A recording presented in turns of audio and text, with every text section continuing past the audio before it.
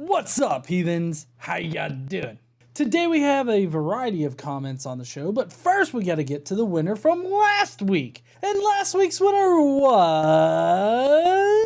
this dumbass right here. Yes, the dumbass that said that Eric Dubé was smart or some shit. I don't know. I don't understand people like this whatsoever. So they will always win Dumbass of the Week, I can assure you. But enough of you guys voted down below in order to make him the Dumbass of the Week. Be sure to leave your vote today. If you happen to pick this guy from last week, then you win 1,000,000 God points. Remember, these God points are worth as much as telling Trump you're about to hit the record button. Speaking of dipshits, this week apparently I am just wrong about Pascal's wager. Somebody attempts to correct me on Josephus. Apparently it's not gravity or density, it's this third thing. Somebody tells me not to judge Pastor Locke. And then finally somebody calls me lame. If you're interested in any of these dumbasses, then please stay tuned.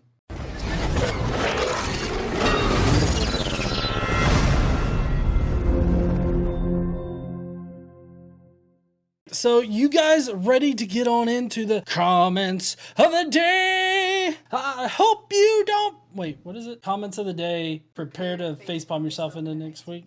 Fuck. Comments of the day. Prepare to facepalm yourself into next week. Let's get to the comments if I can remember my own fucking song. Today I learned NASA has named Gattaca as the most accurate science fiction film of all time. Now, in case you guys don't remember Gattaca, Gattaca is the one with Ethan Hawke, and he tries to become his twin brother so that he can get on a ship to leave Earth and go and colonize someplace else. And basically, he has to, like, pretend, like, in all aspects to be his brother. Like, he's got to get urine samples and hair and tissue samples and everything like that, leave them in certain places around the office because they go and they, like, vacuum up all the hair follicles and shit from his desk. It's quite fucking creepy. But apparently NASA has named that the most accurate science fiction film, so I'm surprised they didn't go with the NASA moon landings. No, I'm joking. I don't really think the NASA moon landings are fake or anything. But all right, here's our weird comment of the day, or today I learned WWE's The Undertaker is afraid of cucumbers. Paul Bearer watched The Undertaker throw up all over the Waffle House because there was a cucumber floating in his iced tea. Bearer used to prank the dead man by placing cucumber slices in his hat and gloves. That's fucking weird. And I love the New York Post's picture that they have here because it looks like they're proposing that they shove that up his ass and he's like, fuck that. But nope, it's like, I'm about to puke everywhere because you got a cucumber. Fun fact about me, when I was a kid, I was able to extort about $100 out of people that were around me by selling them cucumbers I grew from a McDonald's seed packet. Yes, that used to be the Happy Meal toy seeds, and I made $100 off the cucumbers. But hey, I can extort people using emotional manipulation as a child. That's a feat in and of itself, more so than growing the cucumbers. All right, so today I learned about the hidden Holocaust, better known as the Congo Horrors. Caused by King Leopold II of Belgium, the magnitude of the population fall over the period is disputed, but it is thought to be as high as 15 million people. So it's not just Hitler that was a jackass, so was this Leopold fuck. All right, that's it for today I learned. I hope you enjoyed this segment. Now let's get into some dumbass bullshit. So this is on my Pascal's wager video, which apparently I was wrong. So Turbine Cowboy here had to correct me. G.E. Hitchens, Harris, Dawkins, Dillahunty, and Silverman, I don't know why you gotta bring up that cringy bastard, all make a variant of many gods and you still go to hell if you pick the wrong one argument. I mean, yeah, it's the argument that defeats Pascal's wager. I mean, that's the logical argument to make. Picking one of 1,000 gods is still mathematically better than picking none. That's not Pascal's wager anyway. Pascal says the most rational bet between everything to gain, nothing to lose, and nothing to gain and everything to lose is always number one, irrespective of the probabilities of risk and reward or number of deities to choose from. I would disagree, good sir. Cowboy? Cowboy. We'll go with, not sir, cowboy. I disagree because it's very important, because that's a false dichotomy is what Pascal was presenting. Because it's not just everything to gain, nothing to lose, and then nothing to gain and everything to lose. Because, I mean, we don't actually know what this God figure is, and we have a lot of ideas. That's where all the religions come from. So, mathematically, it's atheism or theism. If you pick any one of the gods in theism, you're going to piss the other gods off. So if you don't pick the right one, then you're still going to hell along with me. And that's even if the religion believes in hell. So you'll be just as wrong, right? So you have everything to lose by not picking the correct God. It's still the same thing. You're still presenting a false dichotomy here. That's the important part. You hate Pascal for the same reason you probably hate Wayne LaPierre. You can't refute their arguments, which makes you look like a flat earther. Wait, what? How do I look like a flat earther? By explaining how basic probability works to you. If you think that a 1 in a zillion chance of burning for eternity when there's zero risk the other way is a smart logical bet, then roll the dice your way. Maybe being a Christian is that bad to you, although your life wouldn't change that much. You could still cuss, you dumb fucker, and don't even have to go to church. Really, look it up. Actually, if I picked the wrong version of Christian God, then yes, I would still go to hell. If I don't pick Pastor Anderson's version of the Christian God, I could still go to hell. So I don't understand why you keep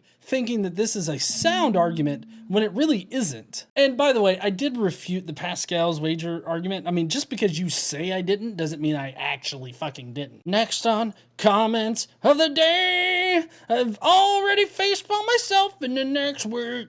But that passage that Josephus wrote didn't sow Christianity in a positive light. Also, it is impossible for two people to write exactly the same way. This has actually been shown with a computer program that was able to discern what a forgery what was forgery before human beings were able to know. They used it to test it. Okay. Now, I'm not saying that you can necessarily write exactly like another person. Like, for instance, your handwriting style or anything like that. I think that right there, you can't easily fake. But I think that for human eyes, I mean, you could pass it off pretty well. And I think that with the methods and everything that were around, when all of this transcription was going on with Josephus, that, I mean, people could have legit thought that it was Josephus that wrote it.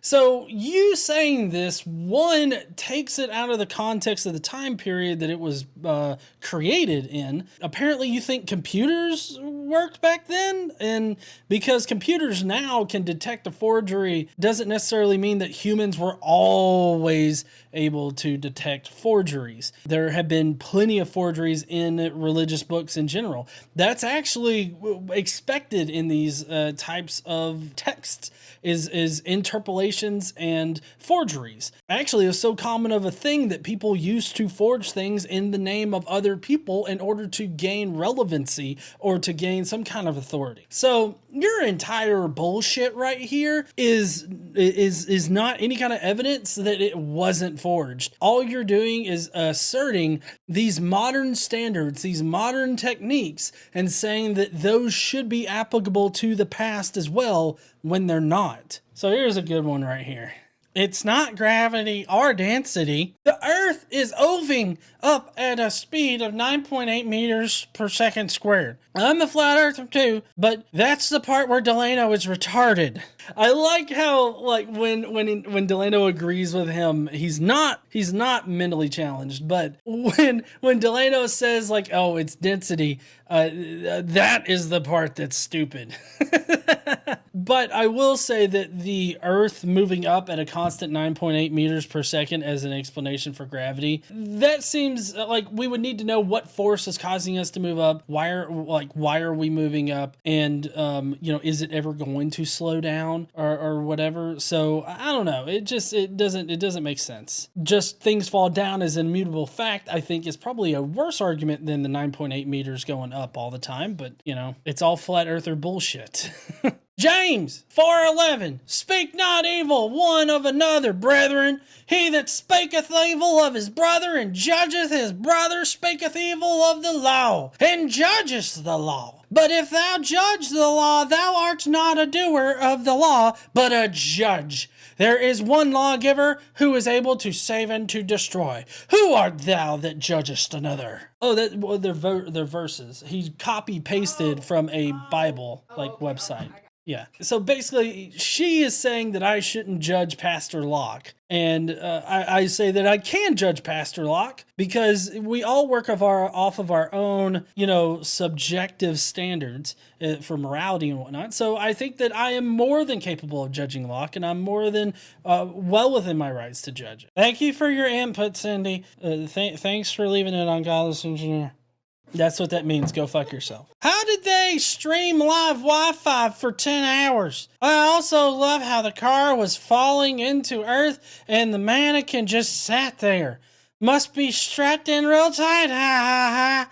Chuffin hell, you're such a NASA fanboy. I don't know what the chuffin hell is supposed to be. Maybe it's like fuck it, but I mean, it's uffing. Well, I mean, obviously they could contact satellites and transmit the image. I mean, we've been able to receive images from the fucking Voyager. Voyager is the one probe that got shot outside the thing, right? Yeah. We've been able to get images from that guy. That's how we were able to get images of Pluto. So it's not really all that magical and shit that they were able to get video of Starman as he was leaving. But also in the vacuum of space, there is no atmosphere. So there's no reason for him to need to be really strapped down or anything, but he did have a seatbelt on. So, I mean, it's not like he could have just floated out of the motherfucker, but it's not like he has any kind of wind resistance that's moving against him or anything like that. And it is, you are lame! Thank you for your interest in Godless Engineer. Now fuck off. Thank you, Godless Iwan, for leaving me your opinion. Godless Iwan, oh my god, dude! The fact that you added some bad jump cuts to your own video to match his, that's comedy brilliance! Unless it was unintentional, and if that's the case, I will see myself out. Lol. No, please, Iwan, don't leave. I can usually hide my jump cuts through different techniques, but apparently today I was not fooling the Godless Iwan. So thank you, Godless Iwan, for pointing out my shitty editing. We still love you, and we definitely hope that you stick around for the rest of the show. It's gonna get interesting. I have you. Thank you, heathens, for making it to the end. Have you left your vote for this week's dumbass? No? Then go down below right now and leave me a comment with your vote. While you're down there, make sure you smash that like button and hit the subscribe button for more dumbass content. Don't forget to stand up and use your voice, and I will see you heathens later.